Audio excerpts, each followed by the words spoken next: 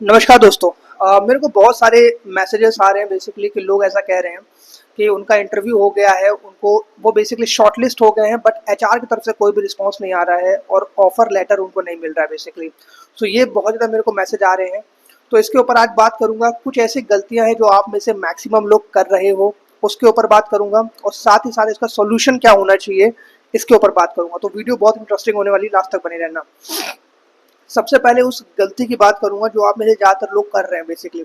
आप लोग क्या कर रहे हो गाइस कि आप लोग इंटरव्यू देने जाते हैं, इंटरव्यू दे आते हैं बट आप प्रोजेक्ट का नाम नहीं पूछते हैं वहाँ पर कि आप कौन से प्रोजेक्ट के लिए बेसिकली हायरिंग हो रही है।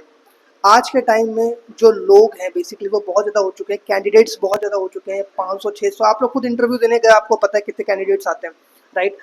आप प्रोजेक्ट का नाम भी नहीं पूछते हो, आप शॉर्टलिस्ट हो जाते हो। शॉर्टलिस्ट होने के 6 दिन बाद 7 दिन बाद जब प्रॉपरली कोई रिस्पॉन्स नहीं आता तो आप लोग मेल करते हो। मेल का बेसिकली एचआर को रिस्पॉन्स नहीं करता क्योंकि आप वहाँ पे प्रोजेक्ट का नाम मेंशन नहीं करते हो। सबसे बड़ी गलती, प्रोजेक्ट का नाम मेंशन नहीं करते हो। होता क्या है कि एवरी डे इंटरव्यूज होते हैं एचसीएल के अंदर, ओके। एवरी डे इंटरव्यूज होते हैं एचसीएल के अंदर। आप मेल करते हो कि sir I got selected in that particular time but I have not receive any mail, okay, regarding a joining, ऐसा कुछ करके आप लोग मेल करते हो। तो एचआर को वहाँ पे आपका अकेले का मेल नहीं रिसीव हो रहा होता है, बहुत सारे लोग मेल कर रहे होते हैं बेसिकली।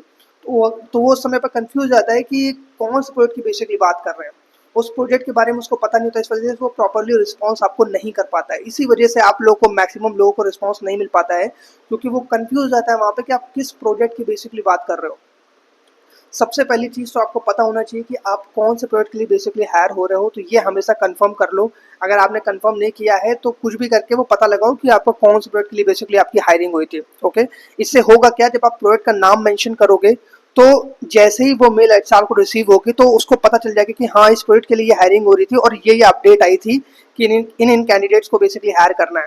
तो उस समय पर वो आपको कोई ना कोई रिस्पॉन्स दे सकते हैं गाइस, ओके। अगर आप ब्लाइंडली इस तरीके से काम करोगे तो शायद आपको रिस्पॉन्स ना आए, आप डिले हो, आपकी ज्वाइनिंग भी ना हो। तो ऐसी गलती आप मत करिए। प्रोजेक्ट का कंफर्मेशन आपको पता होना बहुत ज़्यादा ज़रूरी है, कौन से प्रोजेक्ट में आप काम कर रहे हो। दूसरी चीज़, लोग थोड़े से इम्पेशेंट हो रहे हैं इस समय पर। जैसे कि इंटरव्यू दे दिया, 5-7 दिन हो गए, बेसिकली ज्वाइनिंग नहीं हुई है, उस चीज़ को लेके बहुत ज़्यादा परेशान हो रहे हैं। तो मिनिमम कम से कम 2 वीक का समय आपको कम से कम कंसिडर करना चाहिए बेसिकली बीजीवी स्टार्ट होने का, ओके, ऑफर लेटर रिसीव करने का। 2 हफ्ते से पहले पहले अगर आप बहुत ज़्यादा परेशान हो रहे हैं तो ये बेसिकली सही नहीं है, मैं ये बोलना चाहूँगा। क्योंकि मेरे पर्सनल केस में मैंने काफ़ी वीडियोज़ में मैंने आपको बताया है कि 3 महीने का समय लगा था, तो कितना पेशेंस मैंने रखा होगा। सो परेशान नहीं होना है आपको, पेशेंस रखना है, पेशेंस के साथ साथ फॉलो अप लेना है। जो आपके एचआर टीम है जिन्होंने आपका इंटरव्यू लिया था, ओके। लेकिन फिर भी जब आप देख रहे हो कि फर्स्ट ऑफ ऑल आपको तो एवरी वीक मेल करना है, ठीक है, हफ्ते में एक बार तो आपको मेल करना ही करना है, ओके। मेल करने के बाद आप देख रहे हो कि 2-3 हफ्ते से आप मेल कर रहे हो बट एचआर की तरफ से कोई रिस्पांस नहीं आ रहा है, आप कॉल कर रहे हो तो प्रॉपर्ली रिस्पांस नहीं दे रहा है, तो सबसे पहले आपको ऑफिस रीच करना चाहिए, ओके। ऑफिस रीच करके उनसे बात करनी चाहिए कि सर मैंने इस डेट को इंटरव्यू दिया था। अगर आपको प्रोजेक्ट नहीं भी पता है तो कोई इशू नहीं है, उनको बताओ, डेट बताओ, शायद वो आइडेंटिफाई कर सकें उस चीज़ से। उस समय पर वो आपको बताएंगे हाँ ठीक है, क्या करना है आपको, क्या नहीं करना है। समटाइम एचआर के पास बहुत ज़्यादा काम होते हैं गाइस, बहुत सारे कैंडिडेट्स होते हैं तो रिस्पॉन्सिबिलिटी बहुत ज़्यादा होती है, तो हर मेल का रिस्पॉन्स कर देना उनके लिए पॉसिबल नहीं हो पाता है उस समय पर, ओके। सो आप फिजिकली जाके भी उनसे इंटरेक्ट कर सकते हैं, जो भी आपका कंसर्न है। कोई भी ट्रेनिंग अगर आपकी कंप्लीट हो गई है बट उसके बाद ज्वाइनिंग आपकी नहीं हो रही तो डायरेक्टली आप जाके कन्फेस कर सकते हैं इस चीज़ को लेकर एचआर से, पोलाइट मैनर में, ओके। सो ये आपको करना है और परेशान बहुत ज़्यादा नहीं होना है गाइस। और अगर बहुत ज़्यादा समय बीतता जा रहा है बट रिस्पॉन्स सही से नहीं आ रहा है और एचआर भी कहीं ना कहीं डिले कर रहे हैं तो उसके भी बहुत सारे कारण हो सकते हैं गाइस। कि हो सकता है कि उस पर्टिकुलर प्रोजेक्ट में कोई बंदा ऑलरेडी हायर कर लिया गया हो, ओके। या फिर वो प्रोजेक्ट जो है डिले हो रहा हो क्लाइंट की तरफ से, जिसकी वजह से आपकी ज्वाइनिंग नहीं हो पा रही है। ये भी एक बहुत बड़ा कंसर्न देखने को मिला था, मेरे केस में भी ये हुआ था, तो मैं समझ सकता हूँ। तो इस वजह से भी कुछ चीज़ें बिगड़ती हैं और डिले होती हैं। तो आप लोग कंसर्न मत करिए, परेशान मत होइए इस चीज़ को लेकर। आप इंटरव्यू दीजिए, फॉलो अप लीजिए प्रॉपरली।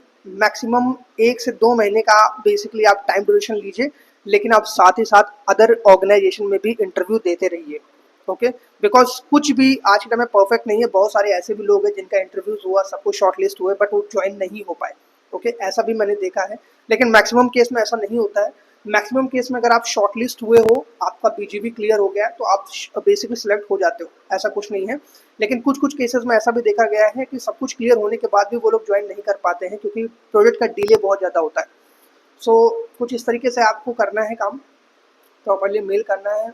और कोई भी अगर आपको कन्फ्यूजन हो तो आप मुझे कमेंट सेक्शन में कमेंट करके पूछ सकते हो। वैसे तो मैं सारे क्वेश्चंस का आप लोग के रिप्लाई करता हूँ, जितनी मेरी समझ है अपने समझ के हिसाब से मैं हर क्वेश्चन का रिप्लाई करता हूँ। और मेरे कुछ कनेक्ट्स भी हैं टीम्स के साथ, उनसे भी इन्फॉर्मेशन लेकर के मैं आपको प्रोवाइड करने की पूरी कोशिश करता हूँ, ताकि आप लोग की हेल्प हो सके। ओके, सो अगर आपको लगे कि मेरी वीडियो से कुछ आपकी हेल्प हुई तो लाइक कर देना, सब्सक्राइब कर देना, जिसको रिक्वायरमेंट हो शेयर कर देना उसको, ताकि उसकी भी हेल्प हो सके, right. So thank you so much guys again watching this video, and take care yourself and keep working on your skill. Thank you.